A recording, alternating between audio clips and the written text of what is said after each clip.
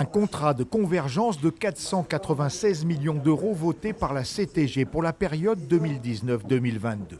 Ce nouveau document remplace le contrat de plan depuis la loi EROM de 2017 qui vise à réduire en 20 ans les écarts de développement entre l'outre-mer et l'Hexagone. Une partie des mesures étaient déjà dans le contrat de plan 2015-2020, d'autres dans le plan d'urgence, certaines sont nouvelles. La prolongation des opérations prévues au CPER, donc contrat de plan État-région, tels que l'aménagement de la deux voies à Palataproc, l'échangeur de Maringouin, ont été rajoutés les travaux sur les ponts de Sossaba sur la RN1, ça c'est sur le volet routier.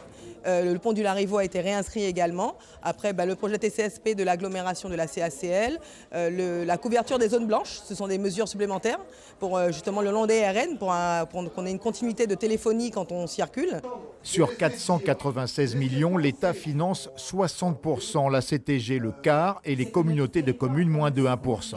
Il fallait faire vite car les contrats de convergence des Outre-mer seront signés par le Premier ministre le 8 juillet. À la CTG, l'opposition s'est abstenue. L'État choisit les projets qu'il souhaite de mettre en œuvre et la CTG doit enregistrer, acquiescer, alors que nous voudrions que la CTG prenne l'avantage de l'initiative politique, fixe son agenda pour définir un plan de développement de la Guyane. Nous sommes en pleine rédaction du projet Guyane en ce moment et là, aujourd'hui, le président veut entériner, placer le contrat de convergence au-dessus du projet Guyane. Pour nous, ce n'est pas acceptable.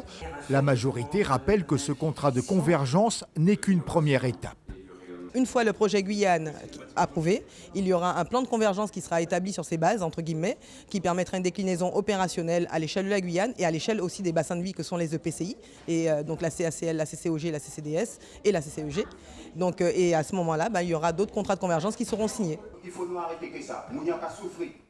Des militants de l'UTG se sont invités à la plénière pour évoquer la grève du personnel du service social de la CTG à Matoury. Suivez l'info sur Guyana Première, télé, radio et Internet.